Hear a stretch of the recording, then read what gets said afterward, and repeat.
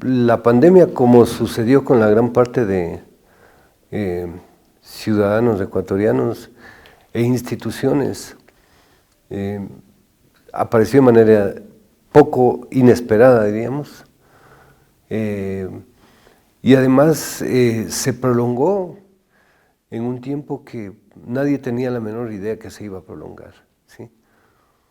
Significó un cambio brusco en la comprensión de lo que se tenía que hacer como proyecto educativo de la Universidad Central hacia los estudiantes y de la Facultad de Comunicación Social, porque de la noche a la mañana nos vimos obligados a construir un sistema de educación en línea con relación al cual muy pocos profesores teníamos experiencia, no se habían ensayado procesos anteriores previos a ello.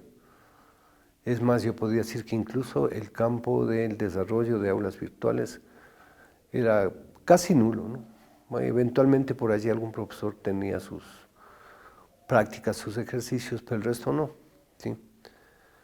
Por tanto, esto supuso sobre la marcha una preparación técnica, un cambio de actitud de los docentes y también de los estudiantes, ¿no? Es decir, el pensar que los estudiantes tenían que acercarse a la educación virtual significaba, entre otras, reflexionar sobre los problemas que eso producía en su vida cotidiana. Por ejemplo, habían estudiantes que no tenían los equipos adecuados para un proceso de estos. Otros no tenían acceso al internet, no tenían conectividad. Después porque no habían didácticas construidas, ¿no? Si yo hablo de mi experiencia personal, yo no había tenido una didáctica construida para una docencia en las clases. Es más, hay que reconocer cierta torpeza inicial en el manejo de los recursos electrónicos, ¿no? Es decir, el asumir eso, el asumir que al mismo tiempo se debía tener una posición optimista, a sabiendas de que la facultad, en sus tres estamentos, profesores, estudiantes, empleados y trabajadores, tenía dificultades, porque los contagios, primero eran frecuentes y segundo tenían alto riesgo. Por tanto, había una permanente dificultad en cuanto a los temas de salud y enfermedad, y eso afectaba la actitud de los estudiantes, ¿no?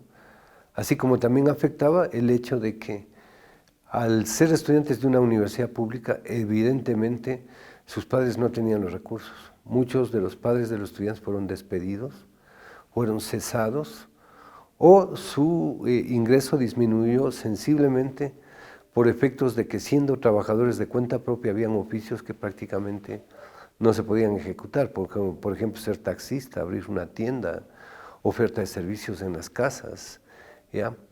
Trabajos en centros de abasto, en mercados. Entonces todo eso afectaba, evidentemente, uno estaba consciente que eso afectaba las posibilidades y el rendimiento de los estudiantes, ¿ya? Digamos, estos serían los contextos en los que nosotros nos propusimos actuar para el desarrollo de la educación en línea acá en la FACSO y en la universidad.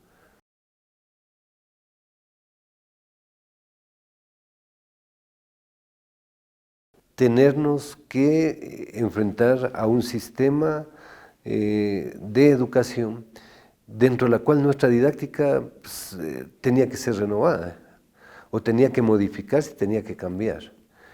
Después de eso, a sabiendas de que la educación en línea, no sé qué se plantearan muchos investigadores de la educación en este campo, pero personalmente yo creo que no tiene el nivel de intensidad que la educación presencial. Por lo menos para mí como docente, la ausencia del contacto físico con los estudiantes era muy difícil. Y no me refiero al hecho simplemente de verlos. Lo que sucede es que la didáctica de clase incorpora lenguajes no verbales, actitudes, posturas. De la misma manera que uno tiene posibilidad de comunicarse así con los estudiantes, también el estudiante te está observando y uno puede hacer uso de otros recursos que no necesariamente son la palabra hablada. Eso en educación virtual es bastante difícil, ¿no? La interacción, la comunicación inmediata al mismo tiempo es difícil. Solo en el tema de hacer una pregunta y esperar que del otro lado te respondan, ya va cortando y generando ruidos en el proceso de comunicación. A mí me parece que ese es el primer reto, ¿no? El segundo, la de que todos los profesores nos adaptemos y logremos montar el aula virtual, ¿sí? El montaje del aula virtual supuso unas buenas semanas de trabajo intenso de un equipo que efectivamente nos ayudó técnicamente, pero en donde se veían serias dificultades de los profesores para adaptarse a ese modelo, para poder hacer trabajo y hacer uso de las tecnologías. ¿Sí? Me incluyo, no estoy solo señalando a otros docentes, me incluyo yo.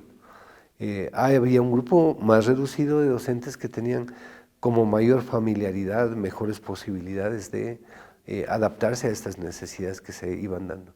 Entonces ese me parece el primer nivel. El segundo, cómo concebir los procesos de evaluación. ¿Ya? En tanto la evaluación presencial tiene claramente definido el cómo resolver los exámenes, el cómo hacer actividades de clase.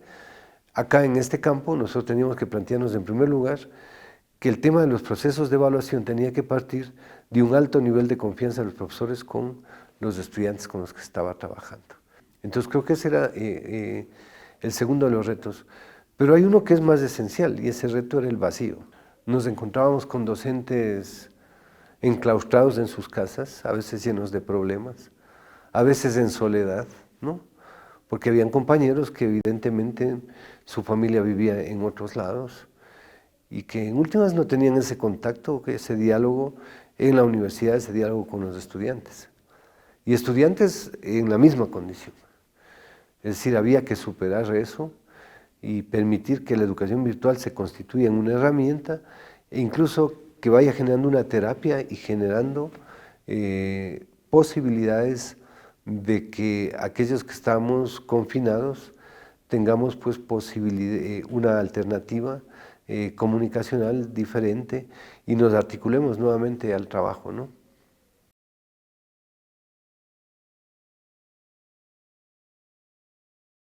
Pues yo diría un rol bastante pobre, ¿no? Hablamos un poco de la facultad de la universidad. La universidad tampoco es que tenía grandes alternativas en este sentido, ¿no? Creo que en todas las facultades hubo un cisma general en esto. Quizás las facultades con mayor cercanía con el uso de los recursos tecnológicos, digamos aquellos que trabajaban informática y eso, tuvieron las menores complicaciones, pero el resto de la universidad tuvo esa dificultad. Después todos tuvimos que abordar colectivamente el qué hacer en eso. Y tampoco es que tuvimos desde el CES una orientación, una propuesta que genere condiciones para resolver los problemas, ¿no? La central tuvo que resolver el tema de la conectividad de estudiantes. Había muchos estudiantes que no tenían acceso a la conectividad y a los que hubo que pagar eso, porque más correspondía, ¿no? No era injusto que unos que tienen recursos puedan educarse y que aquellos que no tenían recursos pues se queden sin recibir sus clases. ¿Ya? Entonces teníamos este entorno. Del gobierno no habían políticas definidas para afrontar el tema de la COVID. ¿Ya? Mucho peor para el tema de la educación. El gobierno no tenía iniciativas en ese sentido. El sistema de salud antes, como es ahora, era una catástrofe, ¿sí? Y en esa catástrofe teníamos que convivir todos y todas. Es decir, si te enfermabas, las opciones eran un recurso para tratarse de manera particular y evitar llegar a estos espacios de los hospitales del Estado que estaban prácticamente llenos y que no ofrecían las condiciones de un proceso más controlado de manejo de la situación epidemiológica de los pacientes, de los visitantes, ¿ya? Pero el proyecto educativo como tal no estuvo pensado. Es decir, sería muy difícil advertir desde la política del gobierno, desde las decisiones del Estado, una actitud que permita, digamos, un cambio en la comprensión de este proceso, ¿sí? Tanto es así que ni siquiera se legisló, ¿ya? El proceso de cómo hacer teletrabajo, ¿no? Hubieron ahí unas instrucciones generales y un resultado de eso es lo que sucede en la Universidad Central. Muchos trabajadores de la universidad sin poder o con una altísima carga de horas no laboradas, ¿ya? Con una sensación de tratamiento diferente a la gente, porque resulta que sí, yo hago trabajos especializados, entonces tengo derecho a que 4 meses el Estado me pague sin trabajar o haciendo bien poco. Mientras tanto que si yo soy mano de obra no calificada, entonces si yo me enfermo y si yo tengo unos meses, los tengo que pagar y los tengo que descontar. No es muy justo eso. no hay un criterio de solidaridad, por lo menos en la universidad, porque la universidad no es McDonald's ni es una empresa privada. La universidad es una universidad pública. El Estado tiene que ofertar una propuesta para la educación pública y esa propuesta debía cobijar por igual a los profesores universitarios y también a los empleados y trabajadores. ¿Qué culpa tienen los empleados y trabajadores de que uno de ellos haya prestado servicios como chofer y que los meses de la pandemia evidentemente no era posible manejar? ¿Ya? Entonces había que tener una actitud solidaria en eso. Creo que en lo fundamental, además de que no había una propuesta en el proyecto educativo en general, no había una propuesta para una educación en crisis, para una información en crisis, pero además de eso no había la voluntad de trabajar estos campos en función de entender que tras de estos campos de la educación pública están los sectores populares del país, no están los sectores más acomodados, ¿no? Porque si uno tiene recursos, esto lo puede afrontar de mil maneras. O sea, por último, las falencias educativas se las pueden resolver pagando a otros profesionales para que los estudiantes se nivelen y mejoren sus capacidades de aprendizaje. Eso en una universidad central, en una universidad pública no era posible, ¿no?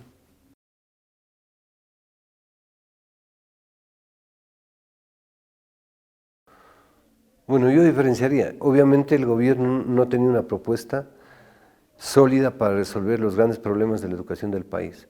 Entre otras porque era un gobierno con un horizonte neoliberal, un gobierno entreguista y un gobierno básicamente dedicado a favorecer los intereses de los grandes capitales del sistema financiero, ¿ya?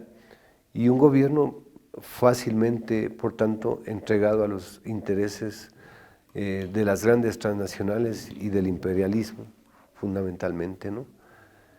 Y en el caso de la universidad, señalemos lo siguiente: la universidad ecuatoriana tampoco tuvo todas las herramientas para enfrentar los recortes presupuestarios como correspondía.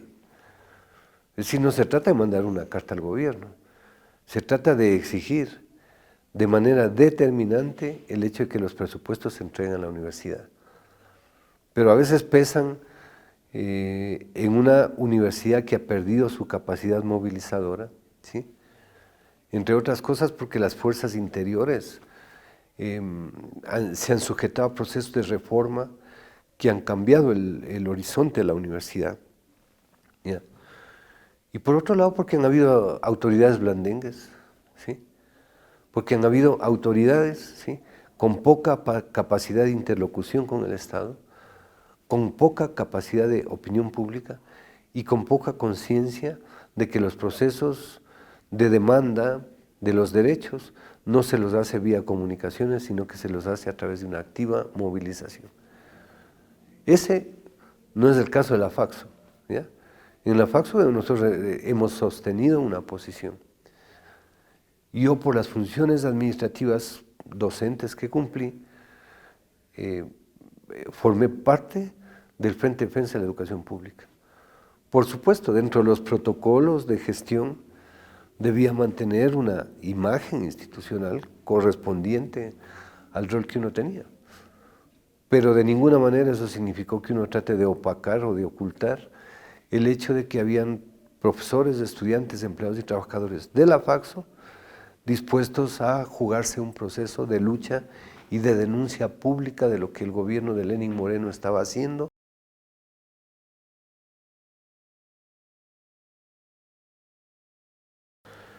Sí, evidentemente hay que reconocer que hubo mucha creatividad en las propuestas de denuncia y de lucha del Frente de Defensa de la Educación Pública, ¿ya?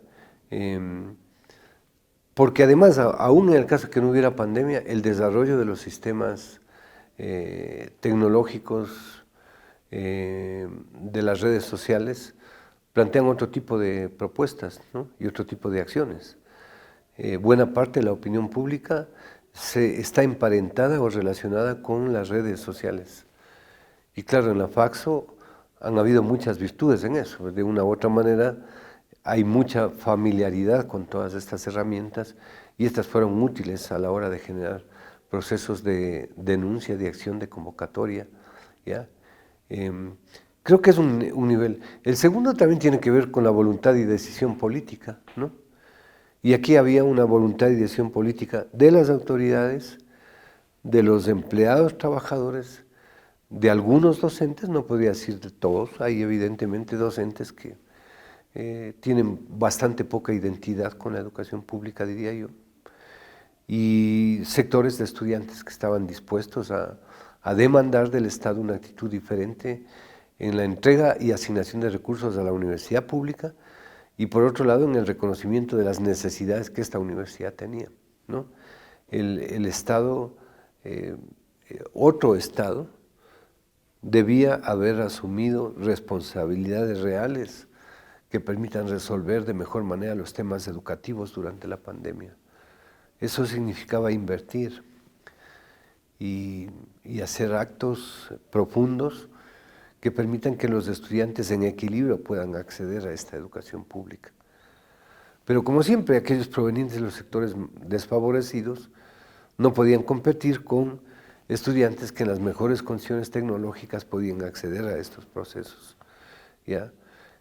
Creo que el Frente Defensa tuvo la virtud, primero, de aparecer en un momento en el que nadie quería salir a las calles, ¿no?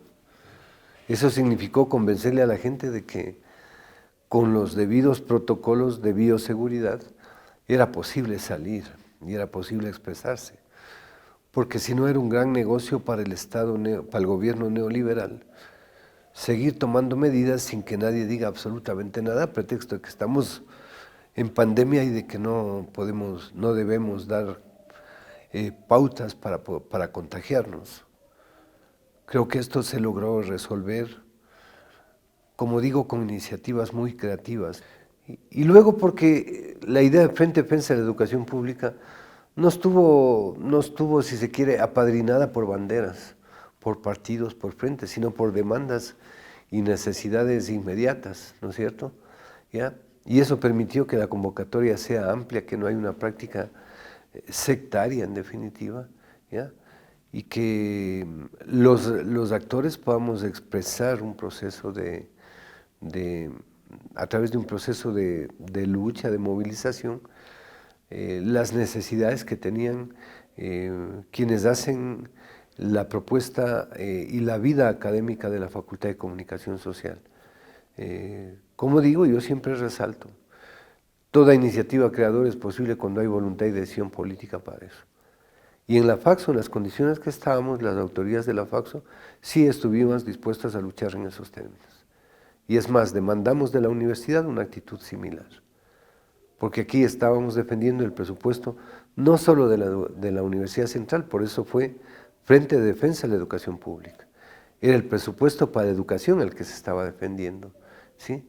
En un contexto en el que gran parte de las instituciones del Estado fueron golpeadas. Muchos trabajadores públicos fueron a la desocupación y bajo el estigma de denominarlos burócratas todo era posible, es decir, arrasar derechos, dejar a la gente en la desocupación, en el desempleo y además de eso ni siquiera reconocer sus derechos más elementales. Si eso hizo el sector público, ya vamos a ver qué hizo el sector privado, ¿sí? Cerró una gran cantidad de empresas, pero además de eso, instituciones educativas también se cerraron, o sea, como se acabó el negocio, a la desocupación todos ellos, ¿sí? Esa era la realidad, ¿no? Ese es de alguna forma una experiencia histórica que sobre todo los sectores vinculados a la educación deben tener presente, ¿no? Porque cuando se presentan las épocas de crisis, lo que es evidente es que la educación es valorada bastante poco en estos procesos.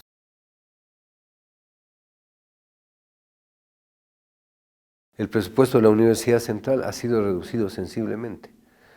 Yo no les veo a las autoridades denunciando eso, ¿no?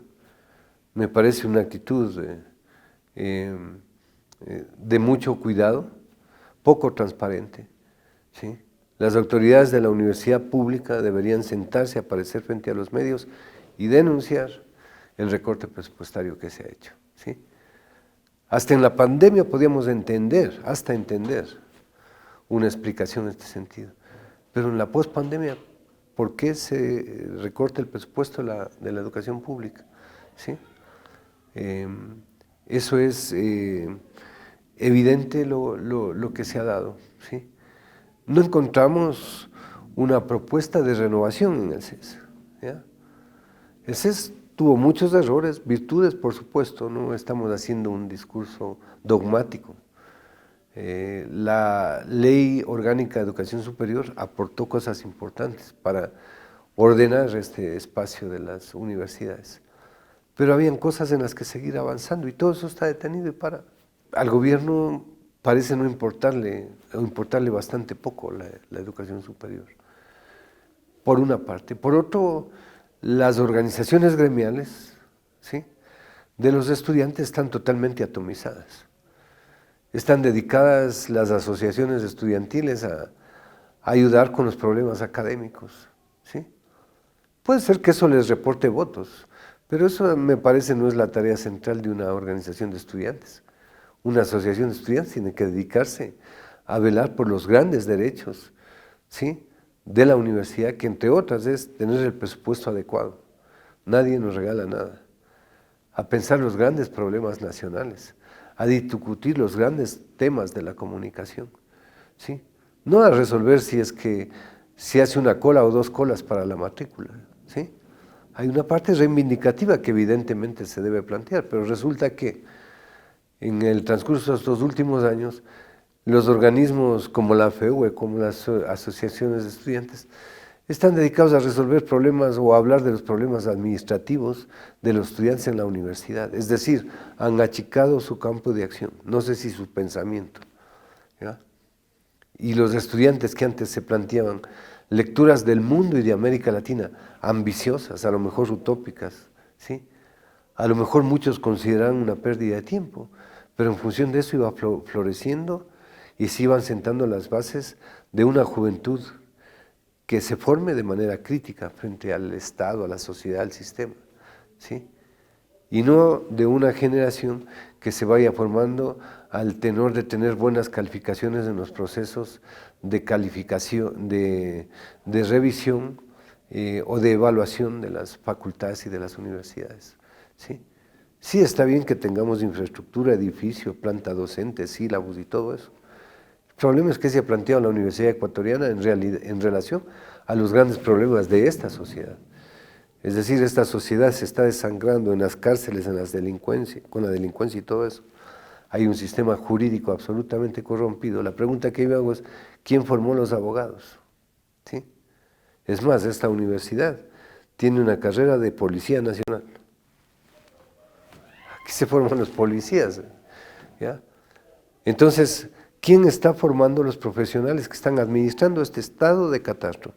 Entre otras, la educación pública, pero no solo esa, sino la privada. ¿Qué responsabilidades se plantean en torno a eso? Fijarse cómo el sistema educativo, en definitiva, de este país ha entrado en crisis, ¿sí? Los rectores son poco propositivos. Los rectores no han tenido la capacidad de leer los grandes problemas nacionales, ¿sí? No quieren comprometerse frente a las autoridades. O si digo en la central, los rectores y las vicerrectoras.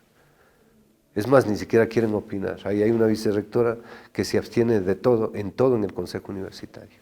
Seguramente porque no le gusta la política, pero que hay que recordarle que está sentada en el vicerrectorado, porque nosotros hicimos actoría política para que ella gane, ¿ya? Es decir, algunos asustados del hacer política, pero cuando se dan procesos eleccionarios, ahí están tras de esos procesos. La universidad tiene que cambiar su accionar y acordarse de su propia historia. Si no se acuerda de su propia historia, la va a enterrar, ¿sí? Yo tengo la confianza de que las nuevas generaciones de estudiantes, las mismas condiciones del entorno, van a generar un cambio de actitud en muchos docentes, ¿sí? Y en los empleados y trabajadores es demostrable que con una actitud mínima de diálogo son sectores que están dispuestos a asumir una posición en defensa de la educación pública, porque más una actitud en defensa de su propia condición laboral. Es la educación que los gobiernos y el Estado está obligada a darle a todos los ciudadanos ecuatorianos que no tengan deseos o posibilidades de acceder a una educación privada. Por tanto, es una educación que corresponde y que actúa a todos los niveles, desde que estás en el nivel inicial básico hasta que llegas a la educación superior e incluso la educación de posgrado o de postítulo. Todo eso cubre la educación pública, ¿no? ¿Ya? La educación continua. ¿Por qué razón? Porque es obligación de todo Estado, ¿sí?, resolver los procesos de educación de sus ciudadanos. Porque una sociedad que no forma a su ciudadanía está condenada a desaparecer nomás, ¿ya? Por tanto, la educación pública no es un favor, ¿sí?, es una obligación del Estado. Y para los ciudadanos de un Estado, cualquiera que sea, es un derecho. Ahora, si una persona dice, yo puedo acceder a la educación pública, pero tengo recursos y quiero pagarme una educación privada, pues lo puede hacer, ¿sí? Eso no le quita un solo milímetro a la necesidad de que el Estado resuelva los problemas de la educación para todos y para todas. Es decir, la educación pública es la posibilidad de darle equilibrio al sistema. Porque van a haber algunos que tienen posibilidades de educarse de manera privada y en condiciones de excelencia académica. Y aquellos que no tienen recursos, entonces que no se eduquen, ¿sí? La educación pública es la posibilidad de que los trabajadores disputen, ¿sí?, espacios aquellos que tienen posibilidades de formarse de manera privada, ¿ya?, y disputen espacios en términos de la calificación de la fuerza de trabajo. Porque de lo contrario, lo que estaríamos condenando es a que buena parte de las sociedades de los países pobres ocupen trabajos que son los trabajos de base en la estructura productiva, ¿sí?, mientras los otros están siendo preparados para dirigir esa estructura productiva. Entonces no hay razón, no hay sentido. La educación pública en sí es además un campo de disputa, ¿sí?, un campo de disputa y de producción de sentidos, ¿sí? Porque claro, la educación pública nunca podrá ser una educación neutra. En un estado en donde hay pobreza, hay miseria, hay desigualdad social, la educación pública tiene que tener pronunciamientos en torno a eso. Es más, tiene que pensarse como educación. ¿Para qué sirve la educación? ¿Ya? ¿Y en qué medida esa educación puede ser una herramienta de transformación, de liberación, de cambio en una sociedad? ¿Ya? Y no hablo solo cambio en el tema de transformación de estructuras sociales, no, de cambio en la actitud de la sociedad, ¿sí? Porque resulta que estados como los nuestros, con educación pública, invierten poco en eso, tienen poca investigación, desarrollan poca ciencia, por tanto, limitadísima tecnología, y tienen que estar comprando la tecnología a estados que sí invierten en la educación pública. Ojo, estados capitalistas, no estoy hablando de estados socialistas. Esos nos venden ¿quién nos vende tecnología a nosotros? Estados Unidos, China, la Unión Europea. Ellos sí invierten en educación y nadie les dice que por pedir presupuestos para educación pública son comunistas. Es más, los proyectos y los programas de educación pública tienen costos altísimos. La inversión en la educación superior es alta, ¿sí? Forman a los profesionales con altísima especialización, les dan todas las condiciones para que así se hagan. Y esas sociedades producen un sistema de valores a través de la tecnología que a su vez les permite reproducir un montón de otros procesos. Así que este no es un tema ni siquiera de una ideología de cómo pienso el mundo, ¿ya? Aún dentro del mismo orden del sistema capitalista se requiere una educación pública de calidad, ¿ya? Porque esa educación va a pensar el desarrollo de nuevas tecnologías.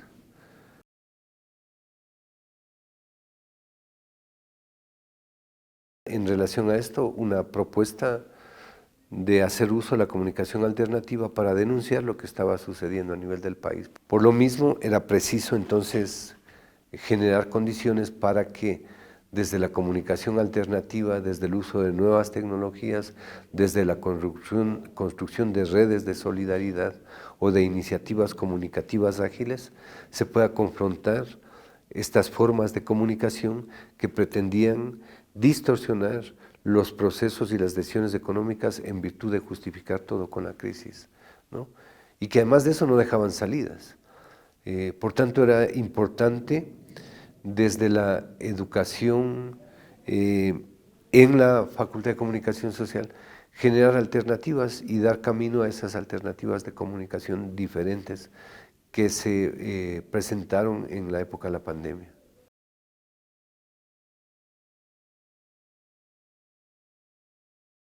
Sí, creo que en la Facultad de Comunicación me parece que está por configurarse un debate mucho más intenso respecto a lo que es comunicación y educación, a los campos que corresponden a cada uno, ¿no? La comunicación convoca, identifica, relaciona, genera símiles y genera diferencias. Eso hace la comunicación. Es decir, si yo hablo español, estoy no sé, en Alemania, y me encuentro con alguien que habla español, entonces esa comunicación nos articula y nos une, nos encuentra similares, ¿sí? La educación libera, ¿sí? Desde la perspectiva de una educación alternativa, tiene que ser liberadora, ¿sí? Por tanto, el campo de la comunicación convoca y el otro libera. Si yo hago comunicación, tengo que hacer una comunicación que al mismo tiempo genere condiciones de educación de la sociedad. Es decir, hacer una comunicación que los medios tradicionales no la hacen, porque a ellos no les interesa que la sociedad se eduque en el sentido exacto de la palabra, ¿ya? Es decir, para que haya esa educación tiene que haber interacción. A esos medios no les interesa. A la comunicación alternativa sí. ¿Por qué razón? Porque está llegando a un espacio de una sociedad que no se expresa y que tiene derecho a hacerlo, por un lado. Allí está la comunicación, una comunicación horizontal. Pero por otro lado, los mensajes tienen que darle alternativas a estos sectores de cómo enfrentar su crítica situación. Es decir, la comunicación tiene que volverse una herramienta del proceso educativo. Solamente cuando se avance en eso podremos hablar en estricto de la educomunicación, como un suceso transdisciplinar. Hasta ahora lo que tenemos es relaciones interdisciplinarias, dentro de las cuales utilizo la comunicación por un lado y la educación por otro. Y las articulo para propósitos definidos. Pero el tema de la configuración de un sistema conceptual alrededor de la educomunicación, eso todavía está en proceso, ¿ya? Y esa es una de las tareas que, por ejemplo, deben asumir las unidades de posgrado en facultades como esta, la Facultad de Comunicación. Esos son los campos que tienen que discutir los profesores, ¿sí? Los profesores tienen que sentarse a discutir estos temas y no trivialidades, ¿sí? No desgastarse en cosas poco productivas en realidad, ¿sí? Es necesario reabrir los canales de diálogo académico al interior de la Universidad Central, ¿sí? Y esos canales tienen que reabrirse al interior de la comunicación.